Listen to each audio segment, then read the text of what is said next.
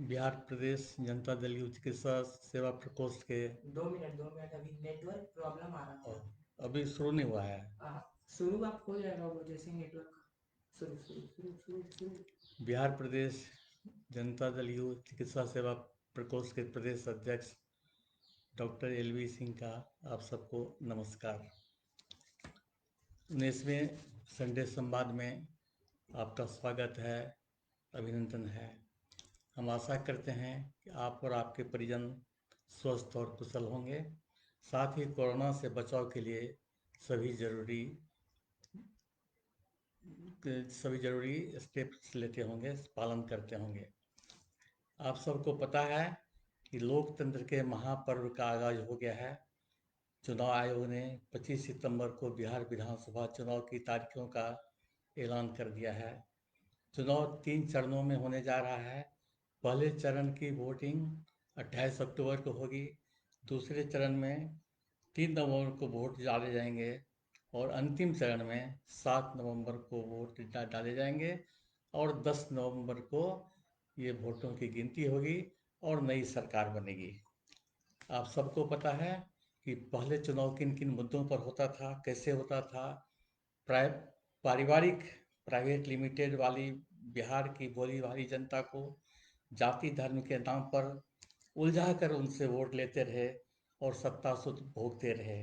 लेकिन बिहार की जनता ने 2005 में क्रांतिकारी बदलाव किया। माननीय नीतीश कुमार जी बिहार के मुख्यमंत्री बने।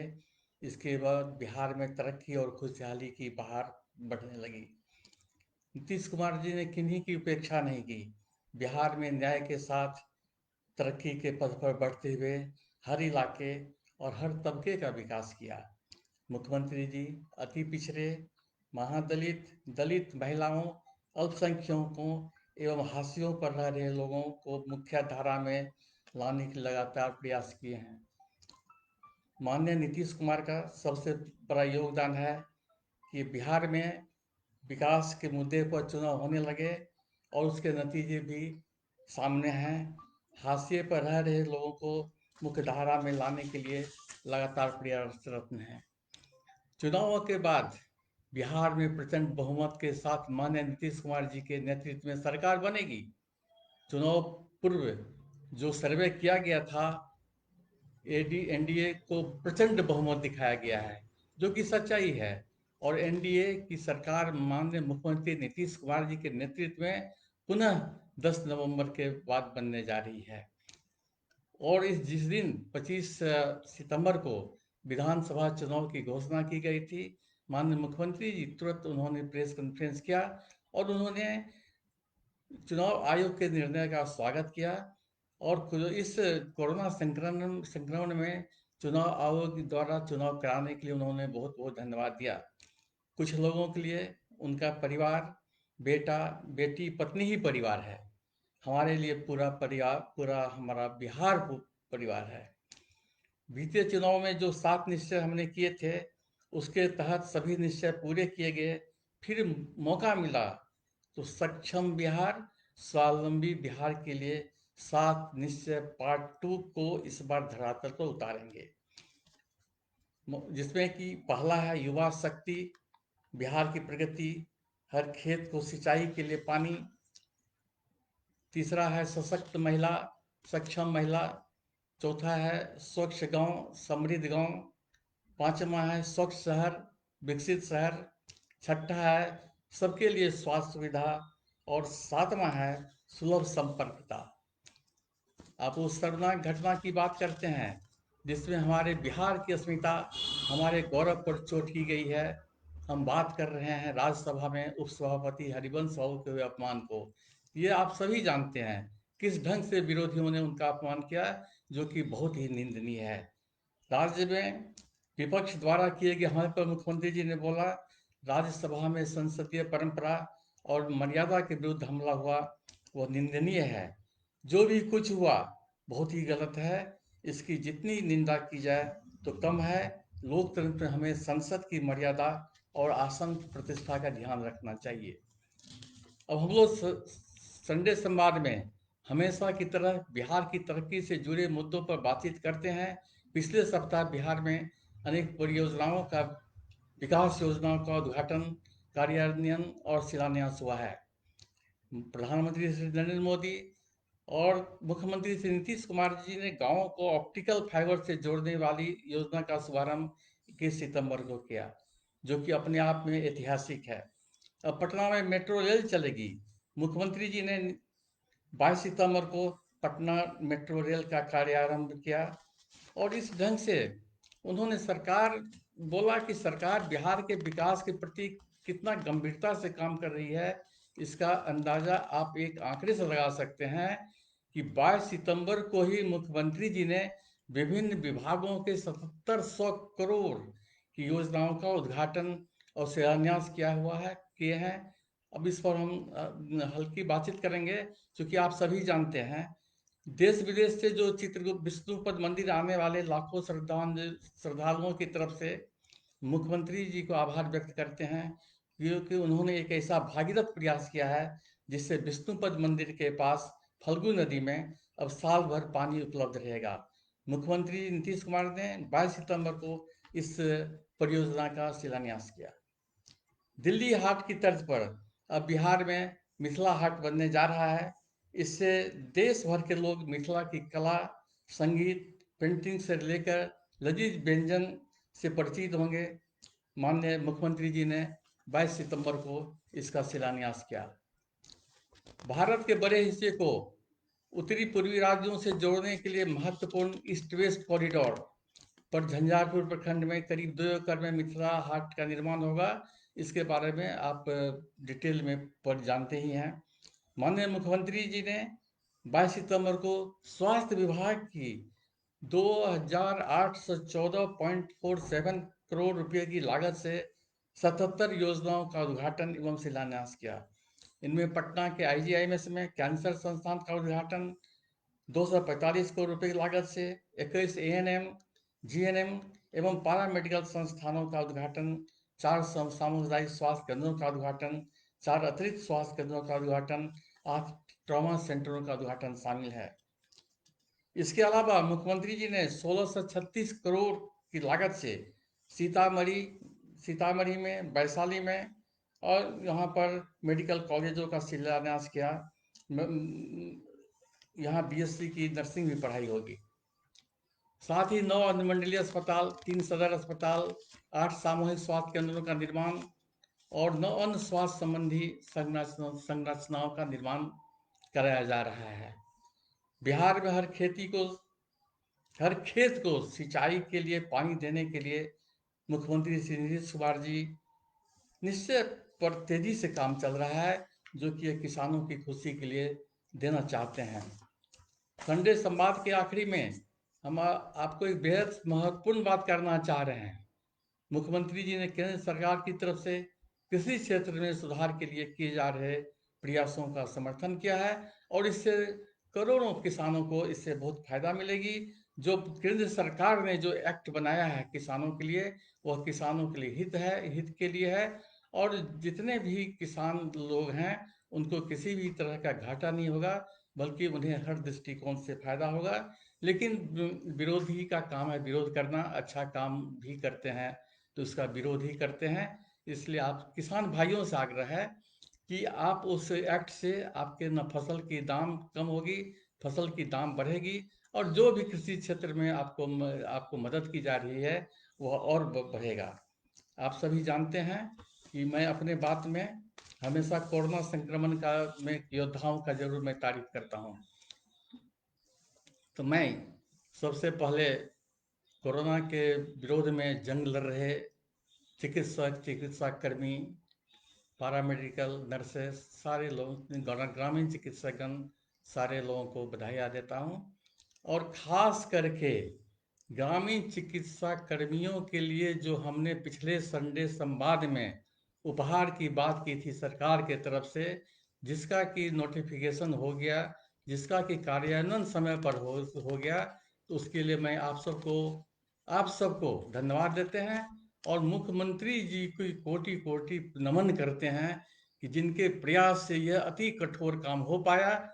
मुझे इसके लिए बहुत परेशानी झेलनी पड़ी, लेकिन हम लोगों ने यह वादा किया था कि आप जो अप्रशिक्षित लोग हैं जो समाज में आपके साथ सम्मान सब काम करते हैं, आपको सम्मान नहीं दी जाती है, तो उस सिलसिले में हम लोगों का पहला चरण था आपको सम्मान देना, और हम लोगों ने सम्मान दिलाया। सम्मान ऐसा वैसा नहीं, एक सरकारी क्षेत्र में सरकारी अस्पताल में आपको ट्रेनिंग करा करके भारत सरकार की स्वायत्त संस्था एनआईओएस के साथ मिलकर हम लोगों ने इस प्रशिक्षण कार्यक्रम को पूरा किया, जो कि पूरे देश में एक मिसाल है। एनआईओएस का चॉइस मेरा था। आप सभी जानते हैं कि 2013 में जब बिहार में डॉक्टरों की हड़ताल होने वाली थी, तो हमने उस हड़ताल को 2 महीने के लिए टलवाया था मुख्यमंत्री जी के निर्देश पर। और एक कमेटी बनी थी जो डॉक्टरों की जो मांग है उस पर बात करें। उसी संबंध में हमने स्वास्थ्य संगम कराया था 14 नवंबर 2013 को, जहां सभी को बुलाए थे, आईएमए लेके बिहार सरकार के रिप्रेजेंटेटिव, चिकित्सक वर्ग, डेंटल, सारे लोगों को बुलाए थे। रविंद्र भवन में बहुत भीड़ थी। वहाँ पर आपके ग्रामीण चिकित्सा कर के दो प्रमुख नेता ने आपकी बात उठाई थी, और मैं अध्यक्षता कर रहा था, और मुख्यमंत्री जी मुझे भार दिए जो इन लोगों के लिए कुछ व्यवस्था कीजिए तकनीकी तौर पर। तो यह जान के उसके बाद से मैं लग गया। इसमें काफ़ी मेहनत करना पड़ता है, जो चीज़ कभी नहीं हुआ है उसको कराने में बहुत तकनीकी प्रॉब्लम आया। तो फिर हमने सरकार के सामने एनआईओएस के द्वारा ये प्रपोजल दिया, जिस पर कि बिहार सरकार के बड़े पदाधिकारी बोले भी एनआईओएस से कराइएगा, बहुत टेक्नोलॉजीज होता है। लेकिन हम कह दें सर, क्वालिटी मेंटेन करना है, जो एक उनकी जो कौशल विकास होगी उससे बहुत लोगों को फायदा होगा। तब अंत में जाकर के एक संकल्प बना, बिहार सरकार ने बनाया संकल्प, जो राज्य स्वास्थ्य समिति और एनआईओएस के बीच में, और राज्य परामर्शदाता समिति बनी, जिसका कि मैं अध्यक्ष हूँ राज्य परामर्शदात्री समिति की। उसके बाद से निरंतर इस काम में लगा हुआ हूँ। और किस ढंग से आपको मैं यह स्पष्ट कर देना चाहता हूँ, ट्रेनिंग और पहले हो जाती, लेकिन आप ही के ग्रामीण संगठन कुछ थे जो खाली लंबा लंबा पत्र चारों तरफ बांट बूंट करके सिस्टम को पूरा डिस्टर्ब किए, बहुत डिस्टर्ब किए। 2 वर्षों तक उन्होंने डिस्टर्ब रखा, कानूनी प्रक्रिया से लेकर हर तरह से सरकार को। बाद में तो हम लोग ये तय कर लिए थे, हम लोग नहीं, लोग सरकार की तरफ से बोला जाता था क्यों इस झंझट में पड़ते हैं, इतना इतना उन्हीं लोगों में बिखराव है। अंत में मेरी मुख्यमंत्री जी का आशीर्वाद था, मेरी लगन थी, और 99% ग्रामीण चिकित्सा कर्मी हमारे साथ थे, हैं और रहेंगे, जिन्होंने हमेशा मनोबल बढ़ाते रहा। और उनका मैं चेहरा देखता था, जो ये लोग तो इनोसेंट है, कुछ लोग दलाली करके इधर कुछ कुछ संगठन, फर्जी संगठन चला के इधर उधर नोच खसोट के खा रहे हैं, उनको धंधा बंद होने का ये डर लगता है, इसलिए उन लोग कुछ कुछ बाधा उत्पन्न किए। लेकिन हम लोगों का ये दृढ़ निश्चय था जो इस काम को कराएंगे, और कराए रहे। और 18 में प्रशिक्षण शुरू करवाए, किताब बंटवाया गया, आईडी कार्ड बांटा गया, क्या नहीं किया गया। और उसके बाद प्रशिक्षण हुआ, पहला बैच आपको 19 में बना। अब उस 19 से दूसरा बैच 30,000 जो हैं कैंडिडेट्स, वो सेकेंड बैच के लिए इनरोलमेंट हुए। उनकी भी बहुत सारी प्रॉब्लम आई, उस बैच का प्रशिक्षण भी शुरू किया गया। और उसके बाद मैं निरंतर था, क्योंकि मैं ऐसा कोई नहीं था। जो अभी भी कुछ लोग जो ग्रामीण चिकित्सा कर्मी हैं, जो वास्तव में ग्रामीण क्षेत्रों में प्रैक्टिस करते थे, वो नहीं है। बीच में कुछ नए लोग आ गए हैं, जो नौकरी नौकरी किस ढंग से माहौल को इन्होंने खराब किया। खैर, उसका कोई असर नहीं पड़ता है, जो उससे वातावरण खराब करने में हमको भी मैं कितना गाली पड़ा होगा अंदाज नहीं कर सकते हैं। जो मैं कहीं कहीं सोशल मीडिया पर देखता हूँ, मुख्यमंत्री जी को भी लोग गाली देते हैं, तो इस ढंग की अमर्यादित भाषा का उपयोग करते हैं। लेकिन हम लोग, आप हमारे मुख्यमंत्री जी को भी सुने होंगे 25 तारीख को, जो अमर्यादित वाले लोगों के साथ हम लोग कोई भी ये नहीं, उनका भी सम्मान करते हैं। इसलिए मैं तो 99% लोगों का सम्मान करता हूँ। और जो ग्रामीण स्वास्थ्य कर्मी अमर्यादित भाषा का प्रयोग कर रहे हैं, जो ग्रामीण चिकित्सकों को, चिकित्सा कर्मियों को मिसलीड कर रहे हैं, उनको गुमराह कर रहे हैं, उनका भी मैं सम्मान करता हूँ। खाली ईश्वर से यही प्रार्थना करता हूँ कि उनको सद्बुद्धि दे, उनको सद्बुद्धि जो दे, जो उनके हरकत के चलते ये जो मैं काम करवाया हूँ, ये टीबी उन्मूलन कार्यक्रम में सहभागिता के लिए, उसमें भी कोई बाधा नहीं उत्पन्न हो जाए। सरकार का निर्णय हो गया है, सरकार का नोटिफिकेशन निकल गया है, अब इसकी प्रक्रिया है। इस सिचुएशन में, अभी के सिचुएशन में इससे अधिक दिया नहीं जा सकता था। और एक शुरुआत है, जैसा कि पहले मुख्यमंत्री जी भी बोले हैं, जो पहले रास्ता बनता है, रास्ता बनता है, उसके बाद एक पेरिया बनता है, दो पेरिया बनता है, चौथा चार फोर लेन बनता है। तो उसमें थोड़ा धैर्य की जरूरत, थोड़ा नहीं बहुत धैर्य की जरूरत पड़ती है। और देश, ये चीज देश में पहली बार हो रहा है बिहार में, और मेरे द्वारा हो रहा है मुख्यमंत्री जी के आशीर्वाद से, और किन्हीं का रोल कुछ नहीं है। और जो हमारे ग्रामीण 99% जो उनका मैं उनका आशीर्वाद रहता है, उनका चेहरा देख के मैं जी जान लगा के इसमें प्रयास करता रहा हूँ। जो लोग हर तरह से इनोसेंट हैं, उनको वो डिजर्व करते हैं, उनको ज़्यादा से ज़्यादा उनकी मन की बातों को पूरा करने की कोशिश किया जाए। तो आप जब भी देखें, जो अभी जो इसका निकला हुआ है, उसमें कहीं कोई कंफ्यूजन नहीं है। ये प्रोग्राम ऑलरेडी ऑनगोइंग प्रोग्राम है। इसमें सरकार के द्वारा आपको उस कार्य के लिए भार दिया गया है, बिहार सरकार के द्वारा। ये बहुत बड़ी बात है। बिहार सरकार के द्वारा केंद्र सरकार का ये कार्यक्रम है, दोनों सरकार एक है। तो उस कार्यक्रम में आपकी सहभागिता, आप सरकारी इस प्रावधान में आपकी सहभागिता आ गई, ये अपने आप में कितना बड़ा अचीवमेंट है, कितनी बड़ी उपलब्धि है, इसको समझने का कोशिश कीजिए। और राह तो बनवे करेगा, राह बनते रहता है। अभी आप 16,000 पास किए हैं, 30,000 फिर अगले बार देंगे परीक्षा और पास करेंगे। तो इस ढंग से और कार्यक्रम में समावेश किया जाएगा, जिससे कि आपको ज़्यादा से ज़्यादा लाभ मिल सके। जो नोटिफिकेशन निकाला गया, कितना मेहनत से आप अंदाज नहीं कर सकते हैं, आपकी भावनाओं का कद्र करते हुए। लेकिन मैं पहले भी बोला था, जो बहुत डिटेल में इसमें आगे जो बात होगी अगले सेशन में, जो अगले फिनेंशियल सेशन में इस पर और बृहद बात हो सकती है। लेकिन अभी जो संसाधन उपलब्ध है, जो तकनीकी रूप से हर चीज़ बढ़िया है, वो आपके लिए बहुत उच्च स्तरीय बात करके और ये निर्णय लिया गया है। इसलिए आप सबों से करबद्ध आग्रह है कि राज्य स्वास्थ्य समिति इसका नोडल अफसर है, नोडल डिपार्टमेंट है, यहाँ से इंस्ट्रक्शंस जाएंगे। और चूंकि इलेक्शन घोषित हो गया है, इसलिए प्रोसेस स्लो होगा, इसलिए घबराने की बात नहीं है। लेकिन सरकार ने तो निर्णय ले ली है, इम्प्लीमेंट होना ही है।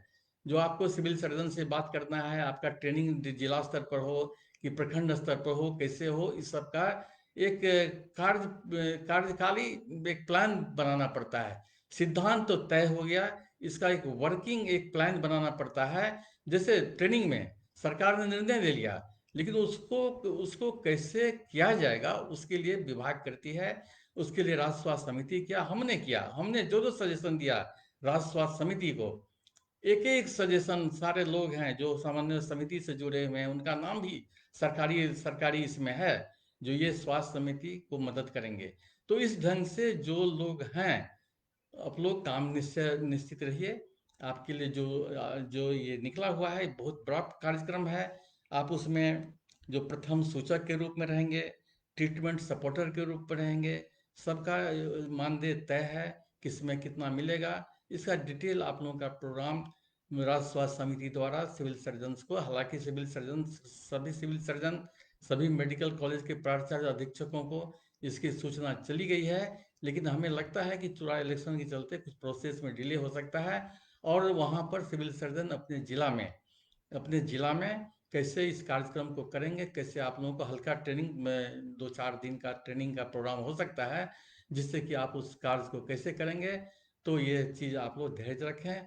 और कहीं देख रहा था आज, कोई पता नहीं कोई व्हाट्सएप पे, जो कोई संस्था है जो कि किसी रक्षणा पदाधिकारी को लिख दिया जो हमको भार दीजिए इस प्रोग्राम में। अरे भाई, यहाँ सरकार कर रही है, बिहार सरकार कर रही है, तो आप कौन होते हैं? Who are you?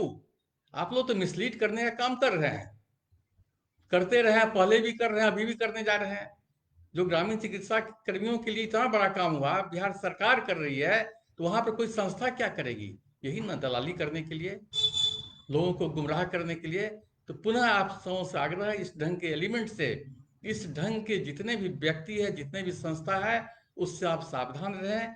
मैं बार बार विश्वास दिलाता हूँ कि आपके लिए सरकारी स्तर पर जो काम है, सरकारी स्तर पर जो हो रहा है, वही सच्चाई है और वही वास्तविकता है। आप धैर्य रखें, आप हम पर विश्वास रखें। और ये इतना मेहनत करके करवाए हैं मुख्यमंत्री जी के आदेश से, मुख्यमंत्री जी के आशीर्वाद से इतना बड़ा काम हो पाया है।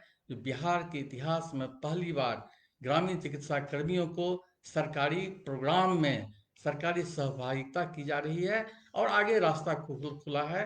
पुनः आप लोगों से यही अपील है कि आप लोगों का सब काम कर दिए, जो प्रशिक्षण देना था, जो ट्रेनिंग कराना था। अब एक ही आग्रह है कि अगर आप चाहते हैं जो राज्य का विकास हो, पुनः जो राज्य विकसित राज्य हो, तो बिहार तो विकसित के रास्ते पर है। उस सारे सारी चीज आप सबके सामने है। तो अभी अब सब लोगों से आग्रह है, आप सब चुनाव में हम लोगों को मदद करें, जेडीयू को मदद करें, और एनडीए के कैंडिडेट जहां भी हैं उनको आप सपोर्ट करें, क्योंकि एनडीए ही आपके लिए कुछ कर सकती है। जेडीयू ही आपके आपके लिए मीन्स पूरे बिहार की मैं बात कर रहा हूँ, खाली चिकित्सा कर्मी, एनडीए ही है जो कि बिहार का विकास करेगी। और बिहार का जो जो कलंक था, इसको हटाने में 15 साल में जो कलंक का टीका लगाया गया, हटाया गया, उस टीके को फिर नहीं आने दीजिए। इन्हीं शब्दों के साथ मैं पुनः आप सबसे निवेदन करता हूँ दो चीज़ के लिए: आप लोग गुमराह नहीं हो, और दूसरी बात, सरकार पर भरोसा रखें, मुझ पर भरोसा रखें। और मैं कोई बात के लिए तकलीफ नहीं मानता हूँ, बात सुनता हूँ, और एक एक छोटी बात के लिए सैकड़ों टेलीफोन स्लो जाता है। थोड़ा आग्रह करते हैं कि मैं आपके लिए खुद चिंतित रहता हूँ और करता हूँ, करता रहूँगा, मेरा कोई स्वार्थ नहीं है। मैं बहुत बड़े महावीर कैंसर हॉस्पिटल चला रहा हूँ। कोई लिखे थे जो डॉक्टर साहब क्या है नहीं है, तो मैं बता देता हूँ, मैं बिहार के सबसे बड़े महावीर कैंसर संस्थान चला रहा हूँ। लाखों कैंसर मरीजों का इलाज करवा करवा रहा हूँ, मदद करता हूँ, पूरे बिहार के लोगों का मदद करता हूँ। तो मेरा एक मिशन है मदद करना, और हमने इसी में डॉक्टरों का मदद किया हूँ। अगर कोई स्वास्थ्य समागम की याद करते होंगे कृष्ण मेहरा हॉल का, तो मुख्यमंत्री जी बहुत स्पष्ट रूप में बोले थे, मैं हड़ताल करने वालों से बात नहीं करता हूँ, हड़ताल का धमकी देने वाले से बात नहीं किया। हाँ, एलवी डॉक्टर एलवी सिंह को भेजते हैं, उनकी जो समस्याएं रहती हैं उनको मैं हल कर देता हूँ। तो जिस व्यवस्था मुख्यमंत्री जी का जितना भरोसा है, और मैं एलोपैथी डॉक्टर्स के लिए किया हूँ, आयुष के लिए किया हूँ, ऐसा नहीं है, सबके लिए किया हूँ। सारे सब कुछ रिकॉर्ड पर है। जितने भी जूनियर डॉक्टर्स के लिए किया हूँ, बिहार में जो अभी 4,000 डॉक्टर की बहाली हो रही है, एमबीबीएस हुई है, सब मेरा योगदान है। मुख्यमंत्री जी के आशीर्वाद से हमने इन सब कामों को किया है। इसलिए आप सबों को भरोसा रखना पड़ेगा। और इलेक्शन में अब बचा क्या, 1.5 महीना में रिजल्ट होगा। तब आप लोगों से करबद्ध प्रार्थना है, आप लोग अभी थोड़ा सा इलेक्शन जो चुनाव में अपने अपने एक्टिव होइए, अपने परिवार को एक्टिव होइए, और बिहार के विकास का जो गति है उससे मदद कर पुनः नीतीश कुमार जी को मुख्यमंत्री बनाइए। और सर्वे में तो आज क्लियर कट मेजोरिटी है, कहीं पर समस्या नहीं है।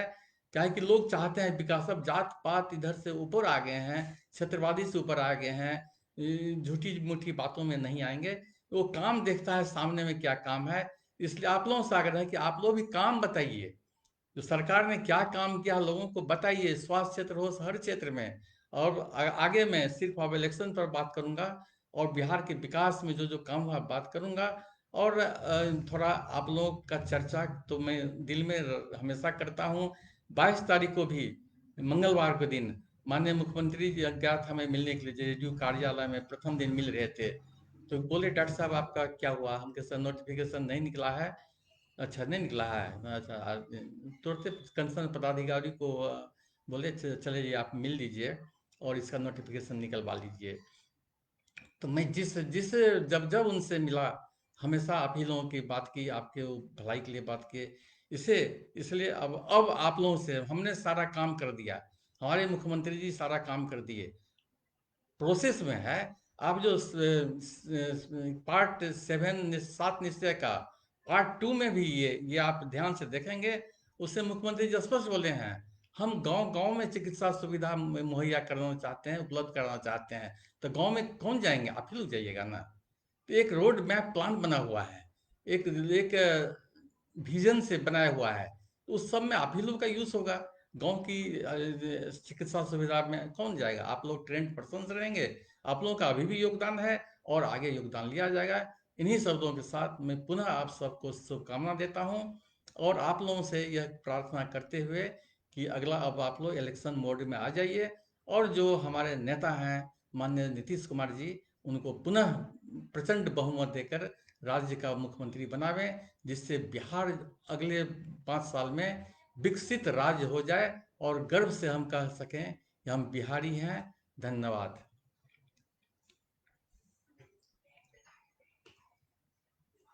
Great great great great.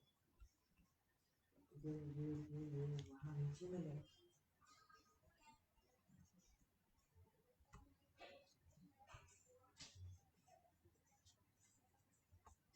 लाखों लोग सुन रहा होगा अभी।